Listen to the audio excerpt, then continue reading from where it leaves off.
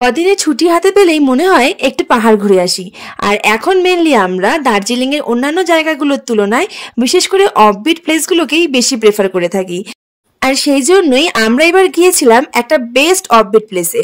আজ এই ভিডিওতেই তোমাদেরকে সেই অফবিট প্লেসটা নিয়ে আলোচনা করব এবং আমরা এখানে গিয়ে কোন হোমস্টেতে ছিলাম সেই হোমস্টের পুরো ডিটেলস শেয়ার করব। তাহলে চলো ভিডিওটা শুরু করা যাক। আমি অর্পিতা। তোমরা সবাই জানো যে আমরা এসেছি আজকে তিনচুলে, দার্জিলিংয়ের একটা বেস্ট অফবিট প্লেস। আর আমরা আছি আজকে পাইন নেস্ট হোমস্টেতে। তো আজকে এই হোমস্টের রিভিউ তোমাদেরকে দেব আর এই হোমস্টেরই রুম টুর শেয়ার করব তোমাদের সাথে। সামনে দেখো ভিউ কিছুই দেখাতে পারবো না, কারণ এই জাস্ট আমরা আধ ঘন্টা আগে যখন লাঞ্চ করছিলাম তখনই কিন্তু ওপারে সমস্ত কিছু দেখা যাচ্ছিল। আমি তো ভাবলাম সন্ধ্যেবেলা এই জিনিসটাকে বেশ ভালো মতন এনজয় করব, কিন্তু এখন দেখছি যে পুরো কুয়াশায় ঢেকে গেছে। কিন্তু রুম টুরটা এখন আমি করে নিচ্ছি এই কারণ হচ্ছে ফুলগুলো সুন্দর রয়েছে। কালকে কি কন্ডিশন থাকবে আমি কিছু জানি না।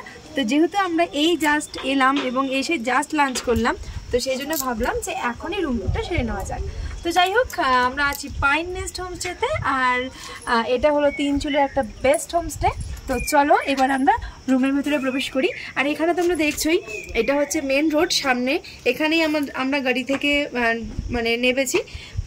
আর তারপর হচ্ছে এই সিঁড়িটা দিয়েই কিন্তু আমরা উপরে উঠেছি।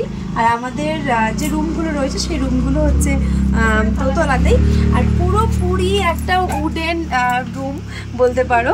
ঠান্ডা কেমন এখনো ফিল করছি না, বাট এখন খাওয়া দাওয়ার পর একটু হালকা হালকা মনে হচ্ছে, তাই একটু স্টোলটা গায়ে দিয়েছি।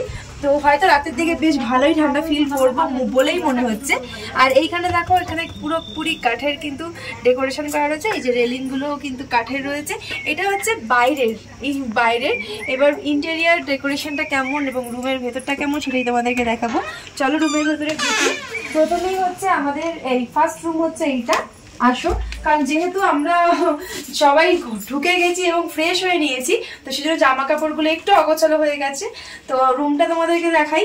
তো এখানে রয়েছে ঘরে ঢুকেই দুটো বেড রয়েছে। আর এখানে কিন্তু রয়েছে সুন্দর একটা ভিউ, মানে এই জানলাটা দিয়ে মেনলি কিন্তু আমরা কাঞ্চনজঙ্ঘা দেখতে পাবো, যদিও আকাশ পরিষ্কার থাকে। আর যদি আকাশ পরিষ্কার থাকে সেই ভিউটা তো তোমাদেরকে দেখাবোই, ঠিক আছে। তো এখন আমি এটা বন্ধ। আর এখানে ঘরে আলোটা একটু খানিকটা কমবো, আমি সব আলো জ্বালিও নি। তো এখানে রয়েছে দুটো বেড, ব্ল্যাঙ্কেট, পিলো, এভরিথিং তো রয়েছে। এখানে একটা টি টেবিল রয়েছে যেখানে আমি আমাদের ট্রলিগুলো সাজিয়ে রেখেছি। আর এই জুতোগুলো আমি বাড়ি থেকে নিয়ে এসেছিলাম। আর নিচটাও হচ্ছে কাঠেরই বোধহয়, নাকি বুঝতে পারছি না। আর এখানে একটা ছোট সেন্টার টেবিল রয়েছে। এখানে গরম জল করার জন্য একটা ইলেকট্রিক কেটেলও দিয়েছে। আর রয়েছে হচ্ছে এখানে একটা মিরর, সেটাও কিন্তু কাঠের ডেকোরেট করা, ঠিক আছে। এখানে আর হ্যাঁ, বেড হিটার রয়েছে, কিন্তু এগুলো বোধহয় ওই ঢাকা পড়ে গেছে। দুটো বেডেরই বেড হিট করার জন্য বেড হিটার রয়েছে। কতটা তার মানে আমার তো এবার একটু টেনশন হচ্ছে যে মধ্যে ভালোই ঠান্ডা পড়বে রাত্রিবেলা। আর এই যে ওয়াশরুম আর কি দেখাবো, গিজার তো থাকেই প্রত্যেকটা হোটেলেই।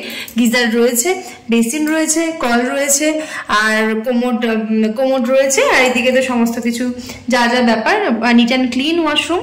তো আমার আবার হোটেলে গিয়ে যে কোনো, তোমাদেরকে সব জায়গায় বলি, আমার হোটেলে গেলে আমার মেনলি ওয়াশরুমটা ক্লিন থাকাটা খুব ইম্পর্টেন্ট মনে হয়। তো এটা আমি বেশি আগে দেখিনি। তো এটা হচ্ছে ফার্স্ট রুম। সেকেন্ড রুমও সেম জিনিসই রয়েছে, একটুখানি দেখিয়ে দিই, চলে আসুন। আর এখানে বসেই কিন্তু আমরা লাঞ্চ করেছি। আর এখানে লাঞ্চ করার সময় আমরা ভিউটা দেখতে পাচ্ছিলাম ওপারের। আমি সেটা দেখেই ভেবেছিলাম তখনই যে তোমাদের সাথে রুমটা খুব তাড়াতাড়ি শেয়ার করবো, কিন্তু ততক্ষণে আমি মানে চেঞ্জ করতে ততক্ষণে পুরো ঢেকে গেছে চারিদিকটা। আর এই পাশে ব্যালকনি রয়েছে, এখানে অনেক সুন্দর সুন্দর গাছ লাগানো রয়েছে। আর যেহেতু আমরা এসে স্নান টান করেছি, তো আমাদের জামা কাপড়গুলো এখানে রাখা রয়েছে। আর এখানে আছে হচ্ছে এটা আমাদের সেকেন্ড রুম। তো এই রুমে আমরা সবাই মায়েদের সাথে আমরা থাকবো, তো সেই জন্য এই রুমে ব্যাগপত্র একটু বেশি রয়েছে, কারণ মেয়েদের তো ব্যাগপত্র একটু বেশি থাকে, হাতে জামা কাপড় নিয়ে আমরা ঘুরতে আসি। তো সেম এই ঘরেও তাই রয়েছে, দুটো বেড, ব্ল্যাঙ্কেট রয়েছে, পিলো রয়েছে। আর হচ্ছে বেড হিটার তো রয়েছেই, আর তার সাথে একটা বড় টেবিল রয়েছে। আর এখানেও যেরকম টেবিল ওই ঘরে ছিল সেরকম একটা টেবিল রয়েছে। এখানে রয়েছে দুটো জানালা, কিন্তু সেটা এই দিকে, এটা হচ্ছে রাস্তার দিকের ভিউ।